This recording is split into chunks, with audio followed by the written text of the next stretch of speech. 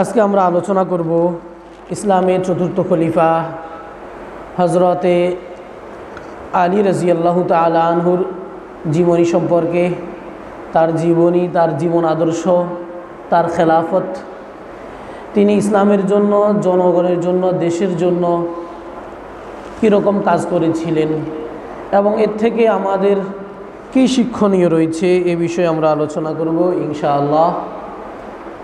যে কথাগুলো বলা হবে আল্লাহ রাব্বুল আলামিন আমাদের কথাগুলো মনোযোগ দিয়ে শুনে এগুলো আমাদের বাস্তব জীবনে প্রয়োগ করার তৌফিক দান করেন, অনুসরণ করার তৌফিক দান করেন। সবাই বলে আমিন। রাসূলুল্লাহ সাল্লাল্লাহু আলাইহি ওয়াসাল্লাম তিনি যেরকম মহামানব ছিলেন, একজন আদর্শের প্রতীক ছিলেন, রাসূলুল্লাহ তার সাহাবীদেরকে, যারা তার হাতে গড়া মানুষ ছিল, তার ছাত্র ছিল, রসুলের কি ছিল? সাহাবীরা ছিল রসুলের ছাত্র। রসুল চেয়েছিলেন তার সাহাবীদেরকেও তার আদর্শে গড়ানোর জন্য। সুবহানাল্লাহি ওয়া বিহামদিহি। এমনকি যারা খোলাফায়ে রাশেদা ছিলেন তাদের আচার আচরণ, তাদের আদর্শগুলো ছিল নবী রাসূলদের মতো। কাদের মতো? নবী রাসূলদের মতো। তফাৎ শুধু এটা যে এরা আল্লাহর পক্ষ থেকে ওহী পায়নি। খোলাফায়ে রাশেদা কি পায়নি? আল্লাহর পক্ষ থেকে ওহী পায়নি। অন্য যেমন নবী রাসূলরা ওহী পাইছিল, খোলাফায়ে রাশেদা ওহী পায়নি, কিন্তু এদের আদর্শ একদম নবী রাসূলদের আদর্শের মতো। এই সাহাবীদের মধ্য থেকে এই চারজনকে অনুসরণ করার জন্য আল্লাহ রাসূল সাল্লাল্লাহু আলাইহি ওয়াসাল্লাম বলেছেন, অন্যদের ব্যাপারেও বলেছেন, কিন্তু এদেরকে মডেল হিসেবে রসুল উপস্থাপন করেছেন। আলাইকুম বিসুন্নাতি ওয়া সুন্নাতিল খুলাফায়ে রাশিদিন আল মাহদিয়িন। রসুল বলেন আলাইকুম, তোমাদের জন্য জরুরি হচ্ছে বিসুন্নাতি, আমার আদর্শকে গ্রহণ করা, ওয়া সুন্নাহ, এবং ওই আদর্শ বিসুন্নাতিল খুলাফায়ে রাশিদিন আল মাহদিয়িন, আমার হেদায়েত প্রাপ্ত সুপথ প্রাপ্ত খলিফা যারা আছে তাদের অনুসরণ করা। সুবহানাল্লাহি ওয়া বিহামদিহি। আমরা যদি খোলাফায়ে রাশেদার জীবনগুলো, আদর্শগুলো, ইতিহাসগুলো পর্যালোচনা করি, দেখা যায় তাদের মাঝে ক্ষমতার কোনো লোভ ছিল না। তাদের মাঝে কি ছিল না? ক্ষমতার লোভ ছিল না, টাকা পয়সা লোভ ছিল না। আমরা আজকে সেই খোলাফায়ে রাশেদার চতুর্থতম যে খলিফা, যিনি রাসূলুল্লাহ সাল্লাল্লাহু আলাইহি ওয়াসাল্লামের চাচাতো ভাই, রাসূলুল্লাহ সাল্লাল্লাহু আলাইহি ওয়াসাল্লামের জামাতা, এরপর হচ্ছেন ইসলামী একজন শাসক, সেই শাসকের জীবন ইতিহাস আলোচনা করব। হযরত আলী রাদিয়াল্লাহু আনহু জন্মগ্রহণ করেছিলেন 600 খ্রিস্টাব্দে। রাসূলুল্লাহ সাল্লাল্লাহু আলাইহি ওয়াসাল্লামের নবুয়ত প্রাপ্তির মাত্র 10 বছর আগে তিনি জন্মগ্রহণ করেছিলেন। তার বাবা হচ্ছেন রসুলের চাচা আবু তালিব, আর তার মা হচ্ছে ফাতেমা বিনতে আসাদ। হযরতে আলী রাদিয়াল্লাহু আনহু মায়ের বংশের দিক দিয়ে এবং বাবার বংশের দিক দিয়ে, উভয় দিক দিয়েই রসুলের বংশধর। কার বংশধর? রসুলের বংশধর। রসুল যে বংশ থেকে আগমন করেছে, আলী রাদিয়াল্লাহু আনহু সেই বংশ থেকে, কুরাইশ বংশের আদি যেটা বংশ, হাশিমি বংশ থেকে তিনি এসেছেন। তিনি কুরাইশ বংশের একজন লোক। তো হযরত আলী রাদিয়াল্লাহু আনহু যখন রাসূল আরবি সাল্লাল্লাহু আলাইহি ওয়াসাল্লাম ইসলামের প্রচার করেছেন, ইসলামের যখন দাওয়াত দিয়েছেন, হযরতে আলী রাদিয়াল্লাহু আনহু ছোট ছেলেদের মধ্য থেকে, বালকদের মধ্য থেকে সবার আগে হযরত আলী রাদিয়াল্লাহু আনহু ইসলাম ধর্ম গ্রহণ করেছে। সুবহানাল্লাহি ওয়া বিহামদিহি। বালকদের মধ্যে কে আগে ইসলাম ধর্ম গ্রহণ করছে? হযরত আলী রাদিয়াল্লাহু আনহু। তার বয়স তখন ছিল মাত্র 10 বছর। আলীর বয়স তখন কত বছর ছিল? মাত্র 10 বছরের বালক, কিশোর। হযরত আলী রাদিয়াল্লাহু আনহু তাকওয়ার দিকে, পরহেজগারির দিকে, খোদাভীতির দিকে কোনো দিকেই তাদের মাঝে কমতি ছিল না। সুবহানাল্লাহি ওয়া বিহামদিহি। এজন্য রাসূলুল্লাহ সাল্লাল্লাহু আলাইহি ওয়াসাল্লাম তাদেরকে দুনিয়াতে থাকতেই জান্নাতের সার্টিফিকেট দিয়ে দিয়েছেন। সুবহানাল্লাহি ওয়া বিহামদিহি। তারা ছিল আরশারায়ে মুবাশশারার অন্তর্ভুক্ত, মানে জান্নাতের যে কজন লোক দুনিয়াতে থাকতে জান্নাতের গ্যারান্টি পাই গেছে। কিসের গ্যারান্টি পাইছে? জান্নাতের গ্যারান্টি, মানে এরা যে জান্নাতে যাবে এটাতে কোনো সন্দেহ নাই, নিশ্চিত জান্নাতে যাবে তারা। রাসূল তাদেরকে সনদ দিয়ে দিয়েছেন। তারপরও কীরকম ছিলেন তারা? হযরত আলী রাদিয়াল্লাহু আনহু ইসলামের অন্য তিনজন খলিফার মতো এত টাকা পয়সার মালিক ছিল না, এত অর্থকরীর মালিকও তিনি ছিলেন না। তবে তার মাঝে ছিল বীরত্ব, তার মাঝে ছিল জ্ঞান, বুদ্ধি, পাণ্ডিত্য ছিল। যখন বদর যুদ্ধ হয়েছিল, ইসলামের ইতিহাসে লেখা হয়েছে বদর যুদ্ধে হযরত আলী রাদিয়াল্লাহু আনহু তিনি তার রণকৌশল, তার যুদ্ধের যে কৌশল ব্যবহার করে তিনি কুরাইশদের নেতৃস্থানীয় মানে শীর্ষ তিনজন কাফেরকে, মুশরিককে তিনি হত্যা করেছিলেন। সুবহানাল্লাহ বিহামদি। তিনজন কাফেররা জাহান্নামে পাঠাই দিয়েছে। কই পাঠাই দিয়েছে? জাহান্নামে। হত্যা করছে বলতে তো দেখা যায় খারাপ, হত্যা করছে মানে তিনজন জাহান্নামে কি করছে? কাফেররা জাহান্নামে পাঠাই দিয়েছে। ধর্মযুদ্ধ যখন হয় তখন কিন্তু মুসলিম অমুসলিম, একজন মুসলমান অমুসলিমকে তখন হত্যা করতে পারবে, একজন মুসলমান তখন অমুসলিমকে কি করতে পারবে? যুদ্ধের ময়দানে হত্যা করতে পারবে। যুদ্ধ ছাড়া অন্য সময় হত্যা করা জায়েজ নাই। অন্য সময় কি করা জায়েজ নাই? যুদ্ধ ছাড়া একজন মুসলমানকে, একজন অমুসলিমকে, একজন হিন্দুকে বা একজন বৌদ্ধকে, একজন খ্রিস্টানকে, অন্য ধর্মাবলম্বী লোকের উপর আক্রমণ করা কি যাবে না, জায়েজ নাই। ধর্মযুদ্ধে কিন্তু তাকে হত্যা করতে পারবে। কথা বুঝে আসছে তো? এটা আমাদেরকে খুব খেয়াল রাখতে হবে। তো হযরত আলী রাদিয়াল্লাহু আনহু বদরের যুদ্ধে তার বীরত্ব প্রকাশ করে তিনি তিনজন নেতৃস্থানীয় কুরাইশদের তিনজন নেতাকে তিনি হত্যা করেছিলেন। রাসূল আরবি সাল্লাল্লাহু আলাইহি ওয়াসাল্লাম হযরত আলী রাদিয়াল্লাহু তাআলা আনহুর বীরত্বে তিনি খুশি হয়ে হযরত আলী রাদিয়াল্লাহু আনহুকে তার জুলফিকার নামক তরবারিটা উপহার দিয়েছেন। সুবহানাল্লাহ বিহামদি। আলী কি পাইছে? তরবারি। রাসূল বলেন যে আলী তুমি যে বীর বাহাদুরি দেখাইছো এটা হচ্ছে তোমার জন্য আমার পক্ষ থেকে হাদিয়া, গিফট, আমি তোমাকে এটা উপহার দিয়েছি। এটা হচ্ছে তার একটা বড় একটা অর্জন, শ্রেষ্ঠ অর্জন। হযরত আলী রাদিয়াল্লাহু আনহু যখন খাইবারের অভিযান হয়েছিল, খাইবারের যুদ্ধ, কিসের যুদ্ধ? খাইবারের যুদ্ধ যখন হয়েছিল, রাসূল আরবি সাল্লাল্লাহু আলাইহি ওয়াসাল্লাম মুসলিমদের বড় একটা দলকে খাইবারের যুদ্ধে পাঠাইছিল কামুস নামক দুর্গটা জয় করার জন্য। ইহুদিদের একটা দুর্গ, একটা কেল্লা, যেখানে তারা অবস্থান করতেছে। তো এই দুর্গে যখন পাঠাইছে, মুসলমানদের শক্তিশালী একটা দল সেখানে জয় লাভ করতে পারেনি, তারা হতাশাগ্রস্ত হয়ে গেছে। রাসূলুল্লাহ সাল্লাল্লাহু আলাইহি ওয়াসাল্লাম সেনা প্রধান হিসেবে, বাড়তি একজন সৈনিক হিসেবে হযরত আলী রাদিয়াল্লাহু আনহুকে পাঠাইছিল। কারা পাঠাইছিল? আলী রাদিয়াল্লাহু আনহুকে। আলী রাদিয়াল্লাহু আনহু কামুস নামক দুর্গের দরজাটা, যেটা ফটক গেট, এই যে মসজিদের গেট, বাড়ির গেট থাকে এরকম, তো এই প্রাসাদটার গেট ছিল, এই প্রাসাদের গেট এক ধাক্কা দিয়ে তিনি ভেঙে ফেলছেন। সুবহানাল্লাহ বিহামদি। কিরকম শক্তি তার মাঝে ছিল, ইতিহাসের কিতাবে বলা হয়েছে ওই দরজাটা, ওই গেটটা পরবর্তী সময় 70 জন যুবক সেটাকে বহন করতে পারে নাই। কজন যুবক? 70 জন যুবক, বৃদ্ধ না, শিশুও না, কিশোরও না, যুবক, নওজোয়ান, যাদের বয়স 25 থেকে 30 বছর, যখন শরীরের মধ্যে শক্তি বেশি থাকে। সুবহানাল্লাহ বিহামদি।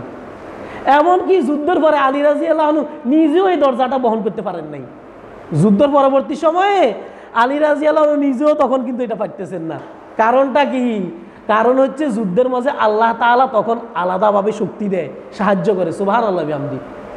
নাসরুম মিনাল্লাহি ওয়া ফাতহুন করিব। সুবহানাল্লাহ বিহামদি। নাসরুম মিনাল্লাহ, সাহায্য আসে একমাত্র আল্লাহর পক্ষ থেকে। সাহায্য কার পক্ষ থেকে আসে? যুদ্ধের ময়দানে যখন মুসলমান নেমে পড়ে, অবতীর্ণ হয়, তখন সাহায্যটা আল্লাহর পক্ষ থেকে আসে। কার পক্ষ থেকে আসে? আল্লাহর পক্ষ থেকে। এখন মুসলমানদের অবস্থা হয়েছে কি? মুসলমানরা মৃত্যুরে ভয় করতেছে। কিসেকে ভয় করতেছে? মরণে ভয় করতেছে। সারা বিশ্বে মুসলমান নিধন হচ্ছে, সারা বিশ্বে মুসলমান নিধন হচ্ছে, কিন্তু মুসলমানদের কয় টেরোরিস্ট, মুসলমানদের কয় জঙ্গি, মুসলমানদের কয় উগ্রপন্থী। আপনারা তো দেখতেছেন। আর আমরা যখন বুঝ হয়েছে, আমাদের যখন বুঝ হয়েছে, তখন থেকে শুনতেছি, দেখে আসতেছি মুসলিম নিধন হচ্ছে। তখন থেকে, সেই সময় থেকেই ইহুদিরা হয়তো মুসলমানদের মারতেছে, হয়তো খ্রিস্টানরা মুসলমান নিধন করতেছে, নয়তো বৌদ্ধরা খ্রিস্টান মুসলমানদের নিধন করতেছে, অথবা হিন্দুরাও মুসলমানদেরকে নিধন করতেছে, হত্যা করতেছে। আমাদের পার্শ্ববর্তী দেশে হচ্ছে, এমনকি আমাদের দেশে হচ্ছে। তা আমাদেরকে সর্বপ্রথম যেটা মনে রাখতে হবে সেটা হচ্ছে আমরা এক আল্লাহর বান্দা, আমরা কালো বান্দা, কথা কন না। ইহুদি করে যিনি বানাইছেন আমাদেরকেও তিনি বানাইছেন, খ্রিস্টানদেরকে যে আল্লাহ বানাইছেন আমাদেরকেও তিনি বানাইছেন। আমাদের সৃষ্টিকর্তা কয়জন? একজন। আল্লাহ কিন্তু আমাদেরকে দুনিয়াতে দাঙ্গা হাঙ্গামা করার জন্য আল্লাহ পাঠাই নাই। কিসের জন্য পাঠাই নাই? দাঙ্গা হাঙ্গামা, রক্তারক্তি, মারামারি করার জন্য পাঠাই নাই। একজন বৌদ্ধ যিনি, তার হাত কাটলে যেরকম রক্ত বাহির হইবে, একজন মুসলমানের হাত থেকে সেরকমই রক্ত বাহির হবে, লাল রঙের সে ব্লাডে সেটাই বাহির হবে, কোনো তফাৎ নাই, কোনো কি নাই। আমরা মানুষ হিসেবে বডিগতভাবে কোনো তফাৎ নাই, শুধু ধর্মটা হচ্ছে অন্তরের বিষয়। ধর্মটা কিসের বিষয়? অন্তরের বিষয়। কিন্তু দেখা গেছে আমরা কি করতেছি? মারামারি, রক্তারক্তি, কাটাকাটি, হিংসা বিদ্বেষ করতেছি। তো এতে কিন্তু লাভ হচ্ছে না। এতে কি হচ্ছে না? কোনো দিকে কারো লাভ হচ্ছে না। সবাই বলতেছে আমরা সত্যবাদী, আমরা সত্যের পথে আছি। মুসলিমরা বলতেছে আমরা সত্যের উপরে আছি, ইহুদিরা বলতেছে আমরা সত্যের উপরে আছি। তো যাই হোক, তো হযরতে আলী রাদিয়াল্লাহু আনহু তিনি খাইবারের যুদ্ধে, ইহুদিদের বিরুদ্ধে যে যুদ্ধটা হয়েছিল, তিনি সেই কামুস নামক দুর্গ তিনি জয় করেছিলেন। সুবহানাল্লাহ বিহামদিহি। এই যুদ্ধে যখন তিনি জয়ী হয়েছেন, আল্লাহ রাসূল সাল্লাল্লাহু আলাইহি সাল্লাম হযরত আলী রাদিয়াল্লাহু আনহুকে আসাদুল্লাহ আল গালিব উপাধি দিয়েছেন, শেরে খোদা তাকে উপাধি দিয়েছেন। মানে তিনি হচ্ছেন আল্লাহর সিংহ অথবা আল্লাহর ভাগ। শের মানে ভাগ, শের মানে সিংহ আসে, আর আসাদ মানে সিংহ, আসাদুল্লাহ আল গালিব। সুবহানাল্লাহ বিহামদিহি। হযরত আলী রাদিয়াল্লাহু আনহু রাসূল আরবি সাল্লাল্লাহু আলাইহি সাল্লাম যখন মদিনাতে হিজরত করবেন, রাসূলুল্লাহ সাল্লাল্লাহু আলাইহি সাল্লাম মদিনায় চলে গিয়েছেন, কিন্তু তার বিছানায় কারে রাখি গেছেন? আলী রাদিয়াল্লাহু আনহুকে। কারে রাখি গেছেন? আলী রাদিয়াল্লাহু আনহুকে। কেন রাখছেন? এই জন্য রাখছেন, রসুলের কাছে তো তখনও কুরাইশরা তাদের আমানত, তাদের সম্পদগুলো আমানত রাখতো, সম্পদগুলো গচ্ছিত রাখতো। তো এগুলোরও তো কিছু হিসাব নিকাশ আছে, লোকদের কাছে তো এগুলো দিতে হবে। রাসূলুল্লাহ সাল্লাল্লাহু আলাইহি সাল্লাম আলীকে তার বিছানায় রেখে গেছেন। সেই সময়টা কীরকম সময় ছিল, কীরকম সংকটময় একটা মুহূর্ত ছিল, যে সময় রসুলকে মারার জন্য সবাই কিন্তু জড়ো হয়ে গিয়েছিল, রসুলের বাড়িটা ঘেরাও করে ফেলছিল। আলী রাদিয়াল্লাহু আনহু রসুলের জন্য কীরকম মায়া ছিল, নিজের জীবনে রিস্ক নিয়ে, নিজের জীবনটাকে ক্ষতির মুখে রেখে, শঙ্কার মুখে, ভয়ের মুখে রেখে তিনি রসুলের বিছানায় কিন্তু শুয়ে রয়েছিলেন। সুবহানাল্লাহ। তার প্রশংসা করতে গিয়ে রাসূলুল্লাহ সাল্লাল্লাহু আলাইহি ওয়াসাল্লাম বলেন, আনা মাদিনাতুল ইলম, আমি হচ্ছে জ্ঞানের শহর, ইলমের শহর। ওয়া আলিয়ুন বাবুহা, আর আমার আলী হচ্ছে সেই শহরের দরজা। সুবহানাল্লাহ বিহামদিহি। তিনি তাকওয়া, পরহেজগারির দিকে কোনো দিকে কমতি ছিলেন না। সুবহানাল্লাহ বিহামদিহি। আলী রাদিয়াল্লাহু আনহু যখন মদিনাতে হিজরত করে গেলেন, তার বয়স 24 বছর উপনীত হয়েছে। আলী রাদিয়াল্লাহু আনহু বিয়ে করবেন। কি করবেন? বিয়ে করবেন। কারে বিয়ে করবেন? রসুলের মেয়েকে। কাকে বিয়ে করবেন? রসুলের কন্যাকে, নবীজির দুলালিকে বিয়ে করবেন। সুবহানাল্লাহ বিহামদিহি। হযরতে আলী রাদিয়াল্লাহু আনহু মসজিদে নববীর এক পাশে বসে আছেন। রাসূলুল্লাহ সাল্লাল্লাহু আলাইহি সাল্লাম আলীকে যে জিজ্ঞেস করতেছেন, ও আলী, তুমি নাকি ফাতেমাকে বিয়ে করবে? আলী রাদিয়াল্লাহু আনহু প্রস্তাব দিয়েছেন। প্রস্তাব দিয়া মসজিদে নববীর এক পাশে তিনি বসে আছেন। কি করতেছেন? বসে আছেন, চুপিসারে বসে আছেন তিনি। রসুল সাহেব বলতেছে, শুনছি তুমি নাকি প্রস্তাব এসেছে তোমার পক্ষ থেকে, তুমি ফাতেমাকে বিয়ে করবে। আলী রাদিয়াল্লাহু আনহু বললেন যে, ইয়া রাসূলুল্লাহ, হ্যাঁ আমি প্রস্তাব করেছি যে আপনার মেয়েকে, ফাতেমাকে আমি বিয়ে করব। তখন রাসূলুল্লাহ সাল্লাল্লাহু আলাইহি ওয়াসাল্লাম হযরত ফাতেমা রাদিয়াল্লাহু আনহার কাছেও আবার গিয়েছেন। তার মতামত তো নিতে হবে। কি করতে হবে? এক পক্ষের সিদ্ধান্তে তো আর বিয়ে হবে না, উভয় পক্ষের মতামত লাগবে, ছেলেরও মতামত লাগবে, মেয়েরও মতামত লাগবে। কিন্তু দেখা গেছে বর্তমান সময় কি হয়, অনেক সময় মা বাবা কি করে, নিজের পছন্দের ছেলের সাথে বিয়ে দিয়ে দেয়, কিন্তু মেয়েটাতে রাজি থাকে না। মেয়ে কি থাকে না? রাজি থাকে না। বিয়েটা যেরকমই হোক, ছেলের পছন্দে হোক, মেয়ের পছন্দে হোক, তাদের উভয়ের পছন্দে হোক, যেরকমই হোক, সংসার করবে ছেলে মেয়ে। সংসার করবে কে? ছেলে মেয়ে সংসার করবে। তাদের ভবিষ্যতের দিকে তাকাইয়া তাদেরকে যে ছেলে যে মেয়েকে পছন্দ করে, আর যে মেয়ে যে ছেলেকে পছন্দ করে বিয়ে দেওয়াটা উত্তম, যদি ধর্মীয় কোনো নিষেধাজ্ঞা না থাকে, যদি কি না থাকে, ধর্মীয় কোনো ভেদাভেদ না থাকে, একজন মুসলিম একজন অমুসলিম, এটা আমাদের ধর্মে যেরকম নিষেধ সেটা অন্য ধর্মেও নিষেধ। কথা বুঝে আসছেনি? শুধু যে অমুসলিমটাকে বিয়ে করা আমাদের ধর্মে নিষেধ এমন না, সনাতন ধর্মেও নিষেধ। সনাতন ধর্মেও তারা অন্য ধর্মের সাথে বিয়ে বন্ধনে আবদ্ধ হওয়া তাদের ধর্মেও নিষেধ, অন্যান্য ধর্মেও নিষেধ। আর ধর্ম ত্যাগ করা শাস্তি কি? মৃত্যুদণ্ড। ধর্ম ত্যাগী শাস্তি কি? মৃত্যুদণ্ড। আমাদের ধর্মেও এটা শাস্তি মৃত্যুদণ্ড, আর অন্যান্য ধর্মেও যে ব্যক্তি ধর্ম ত্যাগ করে তার শাস্তি হচ্ছে মৃত্যুদণ্ড। কথা বুঝে আসছে তো? তো কি করতে হবে? দেখা গেছে অনেক সময় ছেলে মেয়ের অমতে বিয়ে হলে দেখা গেছে এটাতে সমস্যা হয়ে যায়, আত্মহত্যা করে। তারা কি করে? আত্মহত্যা করে। হয়তো একজন আত্মহত্যা করে অথবা দুইজনে আত্মহত্যা করে। তো লাভের বেলা কি হয়েছে?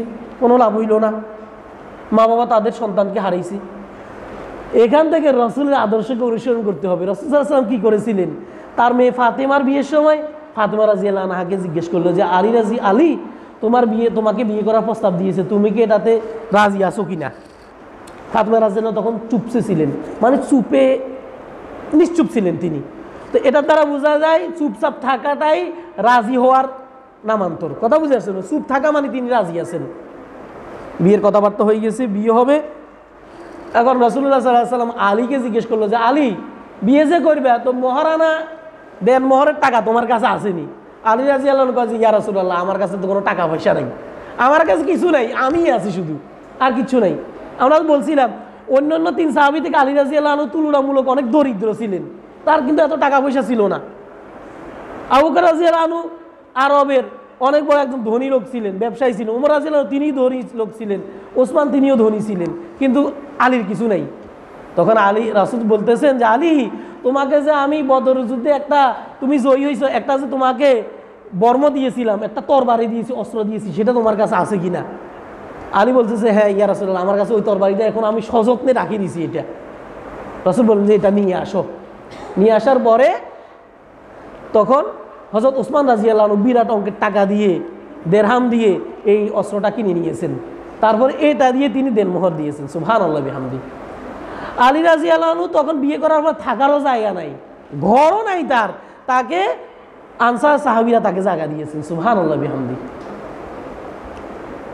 হযরত আলী রাদিয়াল্লাহু আনহু যখন খেলাফত লাভ করেছেন, তার খেলাফত অবস্থাটা কীরকম ছিল? তিনি যখন প্রতিনিধি হয়েছেন, জনপ্রতিনিধি যখন হয়েছেন, রাষ্ট্রের প্রধান হয়েছিলেন, যারা রাষ্ট্র পরিচালনা করে, দেশ পরিচালনা করে, সমাজ পরিচালনা করে, যে ব্যক্তি যেটাতে পরিচালনা করে, যিনি পরিবার পরিচালনা করে। কেউ দেখা গেছে সরকারি কিছু পাইছে না, কিন্তু কমপক্ষে সে তো নিজের পরিবারটাও পরিচালনা করতে পারতেছে। পরিবারের একজন প্রধান, তাদেরও রসুলের আদর্শ এবং সাহাবীদের আদর্শকে অনুসরণ করতে হবে। কথা বুঝে আসছে তো? হযরত আলী রাদিয়াল্লাহু আনহু এমন একটা সময়ে তিনি খেলাফত লাভ করেছেন যখন মুসলিমদের মাঝে ছিল বিভেদ। মুসলমানরা তখন এমন একটা অবস্থা ছিল, আপনি যদি ইতিহাসটা তালাশ করেন তখন নিজেও কইবেন যে, মনে মনে আফসোস করবেন, আহারে আমাদের ধর্মে বুঝি এরকম অবস্থা। তো এই অবস্থাটা কারা করেছিল? ইন্ধন দিয়েছিল ইহুদিরা। ইন্ধনটা দিয়েছে কারা? পিছন থেকে আলটাইছিল ইহুদিরা, তুষ মারছিল ইহুদিরা, আগুনটার জ্বলিত করে দিয়েছিল ইহুদিরা। দোষ পড়ছে মুসলমানদের। দোষ পড়ছিল কার? মুসলমানদের। পিছনে কিন্তু শেল্টার দিয়েছিল, এটার ইন্ধন দিয়েছিল ইহুদিরা, খ্রিস্টানরা ছিল এটাতে ইন্ধন। হযরত ওসমান রাদিয়াল্লাহু আনহু সধর্মীয় লোকদের হাতে তিনি হত্যা হয়েছিলেন 656 খ্রিস্টাব্দের জানুয়ারি মাসের 17 তারিখে, জুন মাসের দিকে তিনি, বছরের মাঝখান দিকে তিনি এরকম হত্যা হয়েছিলেন। তার হত্যাটাও হয়েছিল একটা বিভীষিকাময় অবস্থা। মুসলমানদের মাঝে ছিল পাঠল, মুসলমানরা বিভিন্ন দল, তার উপর বিভিন্ন ধরনের তোহমত আসছিল। তিনি নাকি কোরআনে আগুন দিয়েছিল। এখনও বর্তমানে যে সময় দেখবেন, যারা দেশের জন্য কাজ করে, সমাজের জন্য কাজ করে, এদের এই কাজগুলো যাদের পছন্দ হয় না, এই লোকের ব্যাপারে বিভিন্ন ধরনের তোহমত আনে। একজন লোক সমাজের জন্য অনেক কাজ করতেছে, দেশের জন্য অনেক কাজ করতেছে, এখন এই লোকটাকে কিভাবে ফসানো যায়, সবার কাছে কিভাবে তাকে কালারিং করা যায়, তো কি করে? তার নামে একটা বাজে একটা কথা তুলে দেয়। সে হয়তো এরকম কিছু করছে, সে হয়তো দুর্নীতি করছে, সে হয়তো স্বজনপ্রীতি করছে। ওসমান রাদিয়াল্লাহু আনহু 12 বছর খেলাফতে ছিলেন, প্রধানমন্ত্রী ছিলেন। তো তার ব্যাপারে এরকম কিছু অভিযোগ আনা হয়েছিল, স্বজনপ্রীতির অভিযোগ। তিনি এরপরে নিজের যারা আত্মীয় স্বজন আছে তাদেরকে সরকারি চাকরি দিয়েছিল, কোরআনে আগুন লাগাইছিল, বিভিন্ন ধরনের অজুহাত এনে তাকে হত্যা করে হয়েছিল। যাই হোক, তারপরে এবার খেলাফত হচ্ছে হযরত আলী রাদিয়াল্লাহু আনহুকে খেলাফতের দায়িত্ব দেওয়া হবে। 656 খ্রিস্টাব্দে তিনি খেলাফতের দায়িত্ব গ্রহণ করেছিলেন। তো এর আগে কিন্তু একজন প্রধানমন্ত্রীকে হত্যা করা হয়েছিল, নতুন প্রধানমন্ত্রী নিযুক্ত হয়েছে, এর আগে আরেকজন কাকে হত্যা করা হয়েছিল, নতুন একজন আগের প্রধানমন্ত্রীকে হত্যা করা হয়েছিল। সবাই এখন আলী রাদিয়াল্লাহু আনহুর কাছে বিচার প্রার্থনা করতেছে যে উসমান হত্যার আমরা বিচার চাই। কার বিচার চাই? এর আগে যে খলিফা ছিল, প্রধানমন্ত্রী ছিল, তার হত্যার আমরা বিচার চাই। তো বিচার একজন প্রধানমন্ত্রী পদে বসলেই কি খুনিদেরকে শনাক্ত সঙ্গে সঙ্গে করা যায়? সঙ্গে সঙ্গে তো খুনিদেরকে শনাক্ত করা যায় না। আলী রাদিয়াল্লাহু আনহু যখন উসমান রাদিয়াল্লাহু আনহুকে সবাই ঘেরাও করছে, তিনি তার দুইজন ছেলেকে কিন্তু সেখানে পাহারার দায়িত্ব দিয়েছিলেন। কথা বুঝে আসছে তো? যথেষ্ট পরিমাণ যতটুকু পারছেন সাহায্য করেছেন। আলী রাদিয়াল্লাহু আনহু খেলাফত লাভ করেছেন।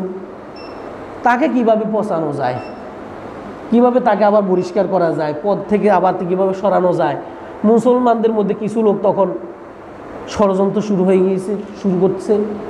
কিছু লোক আছিল স্বার্থবাদী, কিছু লোক কি ছিল? স্বার্থবাদী। মুসলমানদের মধ্য থেকে কিছু লোক ছিল স্বার্থবাদী।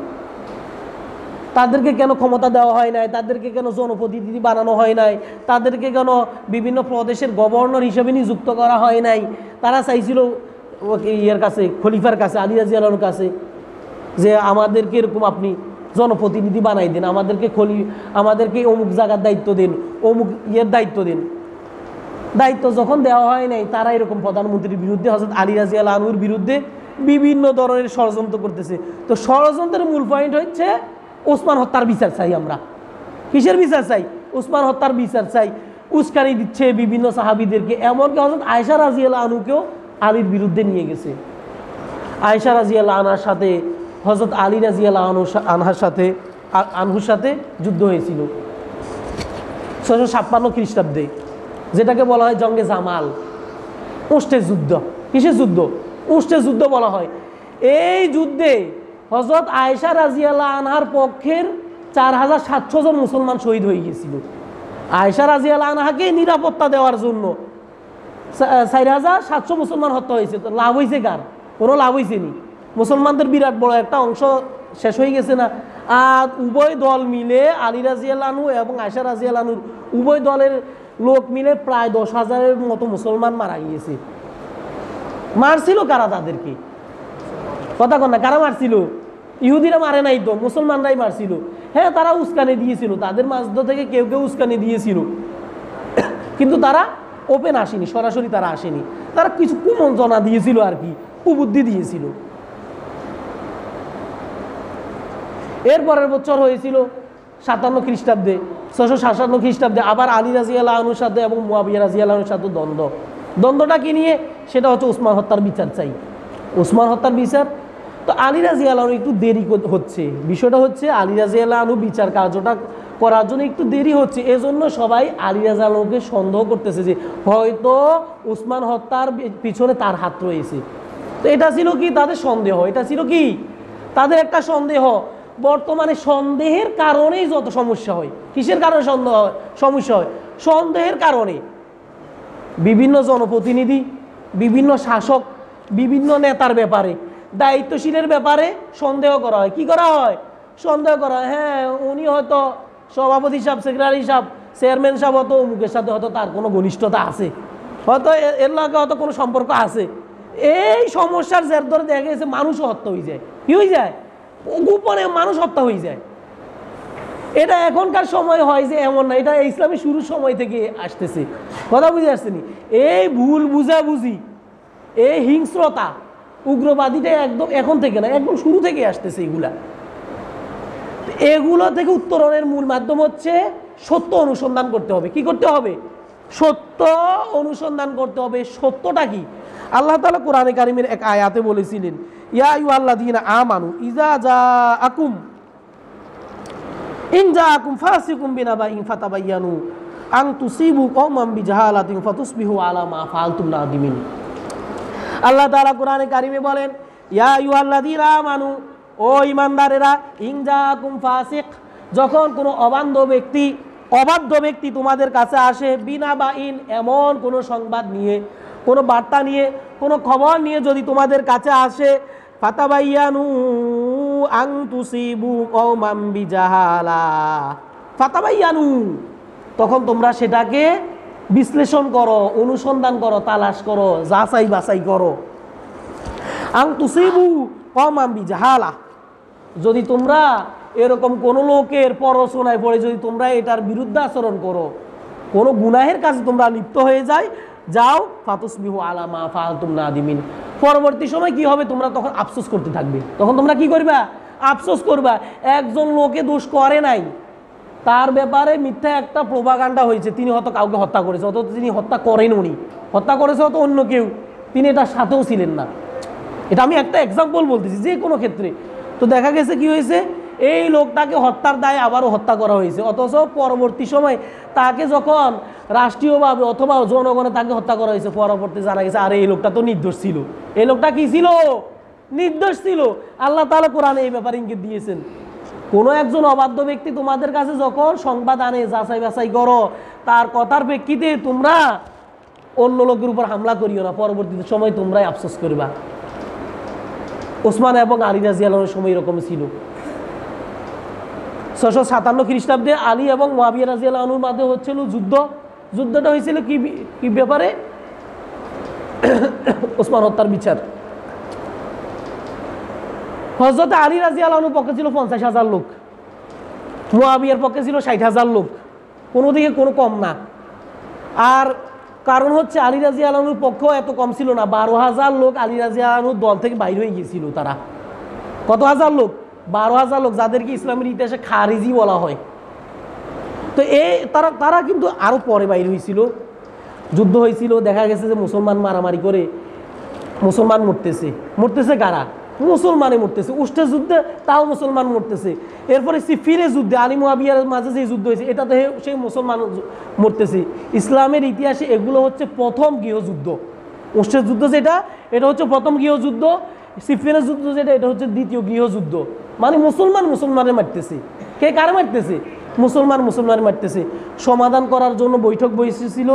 যাই হোক, সমাধানের মধ্যে কিছু লোক তারা বৈঠকটা, এই সমাধানটা মানতে রাজি হয় না। তখন তারা 12,000 লোক তারা আলী রাদিয়াল্লাহু আনহুর দল ত্যাগ করেছিল।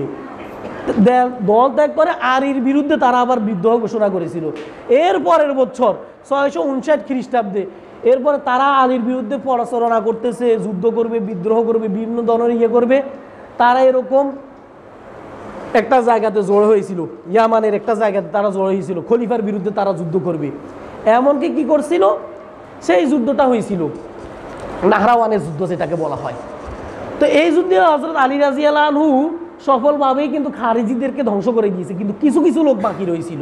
কি ছিল? কিছু লোক বাকি রয়েছিল। এই অল্প কিছু লোক, তখন তারা কি করছে, তারা মনে করছে, তারা একটা মিটিং করছিল, 3 জন লোক, এদের মধ্য থেকে যারা ছিল খারিজি। তারা কি করছিল, তারা মিটিংয়ের মধ্যে বলছে যে ইসলামের মাঝে, মুসলমানদের মাঝে যদি শান্তি ফিরে আনতে হয়, তাহলে 3 জন খলিফারে হত্যা করতে হবে। আলীকে হত্যা করতে হবে, মুয়াবিয়াকে হত্যা করতে হবে, এবং আলী মুয়াবিয়ার যিনি প্রধান সহকারী যিনি হযরত আমর বিন আস, তাকে হত্যা করতে হবে। যারা এখানে হত্যা ষড়যন্ত্র করতেছিল তারাও ছিল মুসলমান। তারাও কি মুসলমান? যাদের হত্যা করবে তারাও মুসলমান। তো তাদের সিদ্ধান্ত হয়েছিল 40 হিজরির 17 রমজানের ফজরের নামাজের সময় যখন এই সাহাবীরা মসজিদে আসবে, তখন তাদেরকে অতর্কিত হামলা করে হত্যা করবে। সৌভাগ্যবশত হযরত মুয়াবিয়া রাদিয়াল্লাহু আনহু সেদিন ফজর নামাজের সময় মসজিদে আসেন নাই, তিনি বেঁচে গেছেন, পানি রক্ষা পাইছেন। এরপরে আমর বিন আস তিনি আহত হয়েছেন।